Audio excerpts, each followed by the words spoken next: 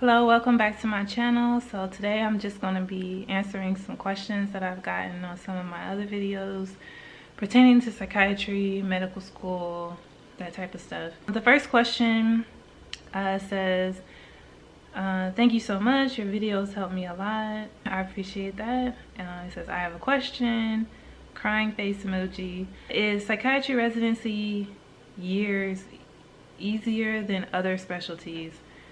I mean, theoretical part in studying. I know all share lots of calls. So is it easier, the theoretical part in studying?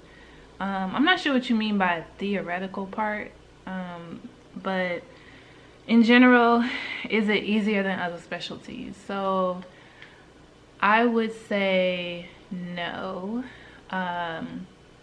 Because it's just different. It's different than a lot of the other medical specialties because it's more abstract. It's not as cut and dry and clear cut as some other specialties are. We don't have labs, we don't have imaging, we don't have a physical exam. We have the mental status exam, which is our physical exam, which is kind of just looking at the person, their affect, their mood, their tone of speech, how they're sitting, are they shaking, are they looking at us in the eye. Like, that's our physical exam. But so we don't have as much data to come up with an assessment plan. But so that may be hard for some people. So some people may find that difficult, that they don't have as much information. But I personally, I like that. I like that I don't have to do a physical exam. I don't have to on every patient. And for some people you should, but you don't have to do it for every patient. I feel like it's not. And some other people may disagree. They may say they feel that it is because it's a very narrow specialty, and there aren't a whole lot of different diagnoses and that type of thing and treatments, but each patient is different. So I've yet to find one person that's exactly the same as somebody else. So in that is the difficulty. And I think that that's probably the case with medicine as well, with other medical specialties that are more like physical. It just depends on the person. If you like what you're doing, it's not gonna feel super difficult. But if you hate it, if it's not your thing, it's gonna be difficult for you. So for me, I knew internal medicine was not for me. I just didn't like it, and so it was very difficult for me. For somebody else, internal medicine is very easy. They get into a rhythm. I've heard people say in internal medicine that you kind of start to see patterns and it becomes easier to you. For me, it just never did. And so yeah, it was very difficult for me. But psychiatry, I was just more interested in it, and so I personally feel like it has its difficult parts. I feel like that are equivalent to other specialties in terms of difficulty, and I can't say that it's easier per se, and I don't think anybody really would say that, but maybe. So no, I don't think it's easier. It's just different. There's pros and cons of every specialty. So the next question says, I love psychiatry, but I hate medical school. What do I do? Should I just study pharmacy and read books about psychology to fulfill my passion? This is a hard question. I feel to really best answer this question for you, I probably would need to know more about you, for sure, and ask you more questions. But just to kind of give you like a general answer, I feel like medical school is hard. Most people did not really find medical school super fun. I wouldn't say that I hated medical school.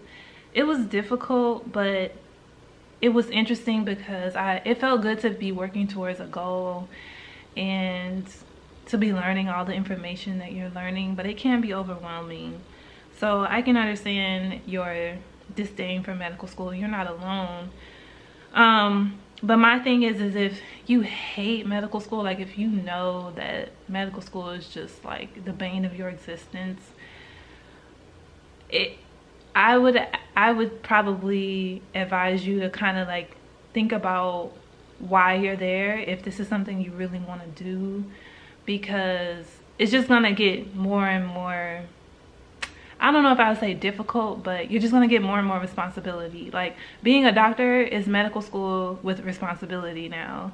You have people's lives in your hands now. And so it's not just taking an exam, and if you fail the exam, then okay, it's just on you. But when you become an actual doctor, there's people depending on you, and you have to keep up your knowledge. You have to be reading, you know, so it's kind of the same thing. So if you really don't like medical school, then you probably won't like being a doctor. So I would say just re-examine that while you're in medical school. Is it something really for you?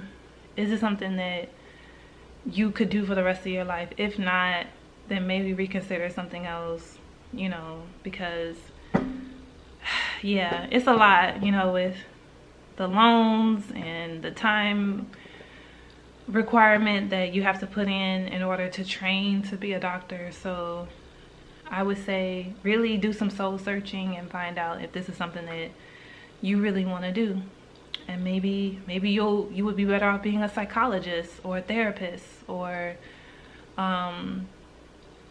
yeah, or maybe a teacher. Maybe you teach, you know, psychiatry principles at a college or something like that. So maybe look into your different options, because you definitely don't want to continue doing something that you quote unquote hate.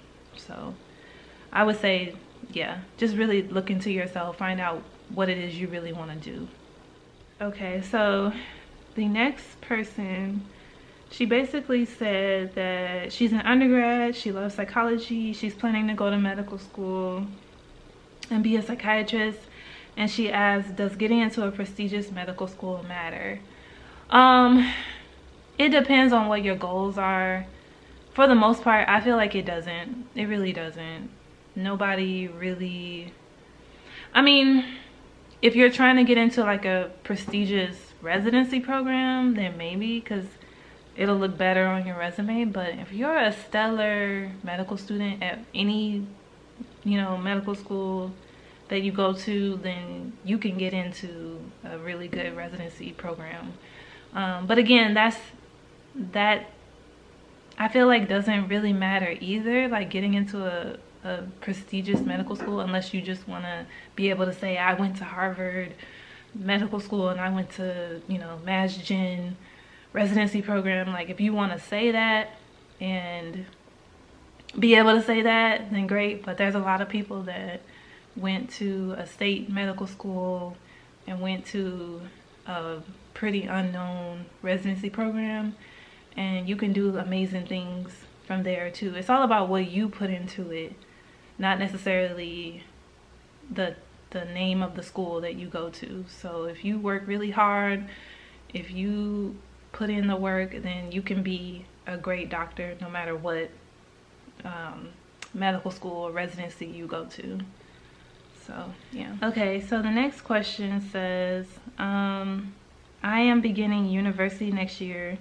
We'll be doing Bachelor of Medicine and Surgery, but I would like to become a psychiatrist. Do you think this course will prepare me for med school and the Mcat? So the fact that you said you're beginning university next year makes me think that you are an international student, like maybe in Europe or something, because you said you're getting a Bachelor of Medicine and Surgery, and I've personally never heard of that. I've heard of, like, you know, Bachelor in Biological Sciences or Chemistry, or like a pre-med track. So maybe that's what you mean, like maybe that's a pre-med track for you. And you're saying, will that prepare you for med school and the Mcat?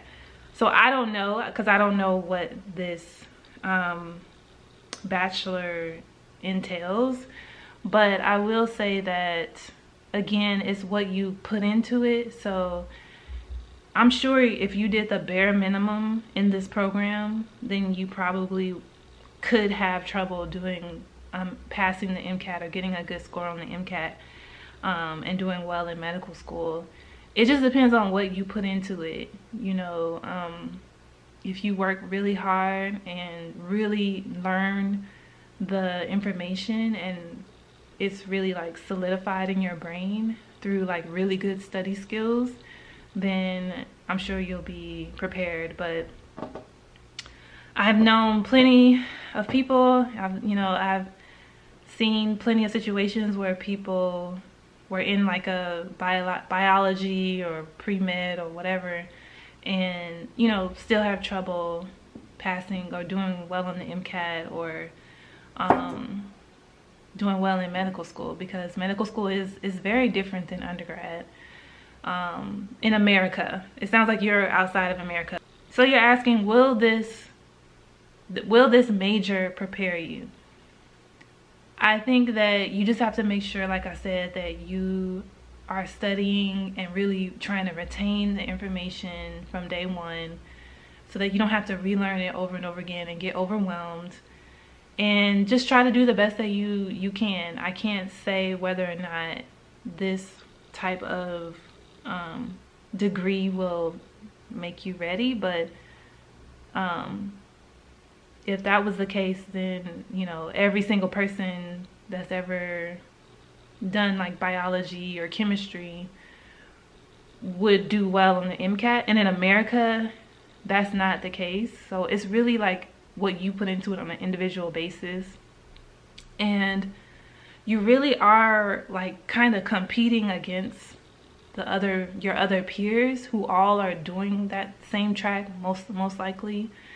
So you kind of do have to go like above and beyond if you want to do really well. So I would say just make sure that you are retaining the information that you're learning, studying as much as you can. That's reasonable. Don't kill yourself, but you really have to put in the work if you want to do really well. It's not, you can't just say, well, I'm in this field, I'm in this major, so I'm gonna do fine no matter what I do. It doesn't really work like that. So you have to be intentional. You have to make sure that you're setting yourself up for success.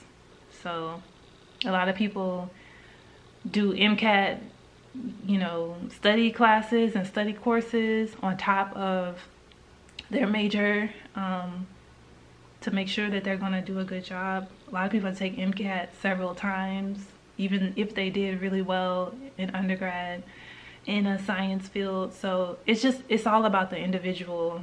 But at the core, you have to make sure that you are retaining the information and learning the information.